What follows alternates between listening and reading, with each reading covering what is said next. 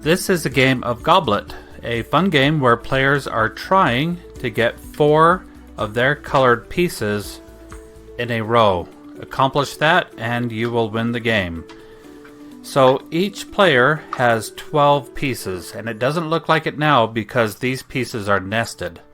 So each of these stacks has 4 different pieces in them. In fact, you start the game with these stacked like this. As you place pieces on the board, you must grab the outermost one of any given stack and place it.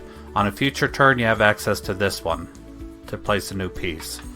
So on your turn, you have 2 different options. You can place a new piece on the board, or you can move an existing piece.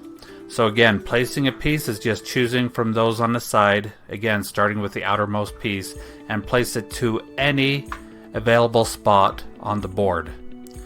Next, to move a piece, let me set up a scenario here where we'll have a few different pieces on the board. To move a piece, you simply take it and move it to any other spot. Now, it can be an unoccupied spot, or as long as the piece is smaller, you can move on top of another piece. And that can be your own piece, as the black player has done here, or you can move it on top of an opponent piece. One thing to note when you're moving pieces is you don't slide an entire stack if there are multiple pieces, but rather you always lift and then move the piece. And so you'll leave the buried pieces behind.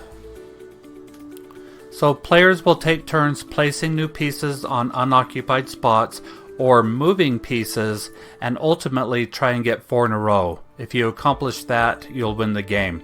So I'm going to tell you one quick exception to the rule here. As I said, when you choose to place a new piece, you must do it on an unoccupied spot unless your opponent currently has 3 in a row. In that scenario, you're welcome to take a piece and actually cover one of their existing pieces, assuming that it's smaller than the piece that you're playing. Other than that, your placement must be on an unoccupied spot.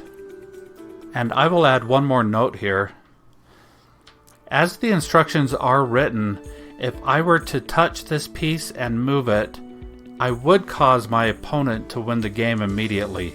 So there is a memory component to this game. You have to remember what's under which stacks, and you may not freely check before moving. However, if you wish to play without that memory component, you're welcome to just change the rules a little bit and say you can remind yourself what's under the pieces before you select the piece that you're going to move.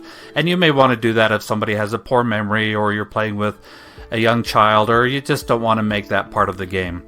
But anyway, again, once you get 4 in a row, you'll win the game of Gobblet.